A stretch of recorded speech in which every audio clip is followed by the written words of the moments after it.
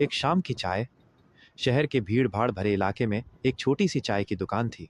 शाम ढल रही थी और डीएसपी अनीता शर्मा अपनी नीली जीन्स और सादे टॉप में वहां बैठी थी, बिल्कुल आम लोगों की तरह। वो अपने अगले ऑपरेशन की योजना बना रही थी, पर इस वक्त सिर्फ एक कप गर्म चाय और मन की शांति चाहती थी। तभी दो पुलिस वाले अपनी खाकी वर्दी में दुकान पर आए। उनकी नजर अनीता पर पड़ी। उनके चेहरे पर एक अजीब सी मुस्कान थी। मैडम, अकेली बैठी हैं? उनमें से एक ने तंज कसते हुए पूछा। अनीता ने उनकी तरफ देखा, लेकिन कोई जवाब नहीं दिया। उन्होंने सोचा कि शायद ये अपनी ड्यूटी से लौट रहे होंगे। लगता है मैडम के पास पैसे की कमी है, दूसरे ने कहा और जेब से कुछ नोट निकालकर हवा में लहराए। हम मदद कर सकते हैं। अनीता का खून खौल उठा, लेकिन उन्होंने खुद को शांत रखा। वो जानती थी कि अगर उन्होंने अपनी पहचान बताई तो ये लोग डरकर भाग जाएंगे। वो इन जैसे लोगों का असली चेहरा देखना चाहती थी। भाई साहब, मैं ठीक हूँ, अनीता ने ठंडे लहजे में कहा।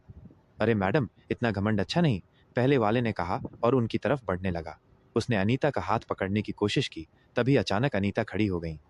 उस पल उनकी आंखों में वो रोशनी थी जिसे केवल एक पुलिस अधिकारी समझ सकता था। उनके चेहरे पर अब कोई डर या हिचक नहीं थी, सिर्फ एक कठोरता थी। हाथ नीचे करो, अनीता ने गरजते हुए कहा। उनकी आवाज इतनी दमदार थी कि दोनों पुलिस वाले एक पल के लिए सहम गए। आप कौन हैं? उनमें से एक ने डरते हुए पूछा।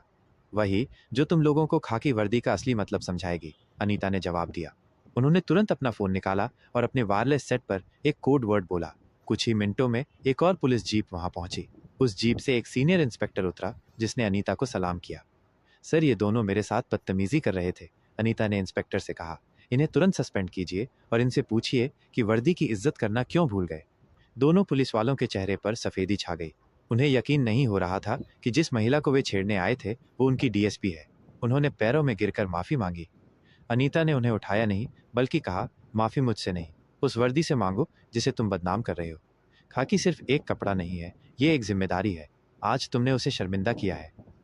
अगले दिन शहर के अखबारों में यह खबर छपी कि दो पुलिसकर्मियों को उनकी गलत हरकत की वजह से निलंबित कर दिया गया है। लेकिन किसी को यह नहीं पता था कि यह कार्रवाई एक महिला डीएसपी ने एक छोटी सी चाय की दुकान पर शुरू की थी।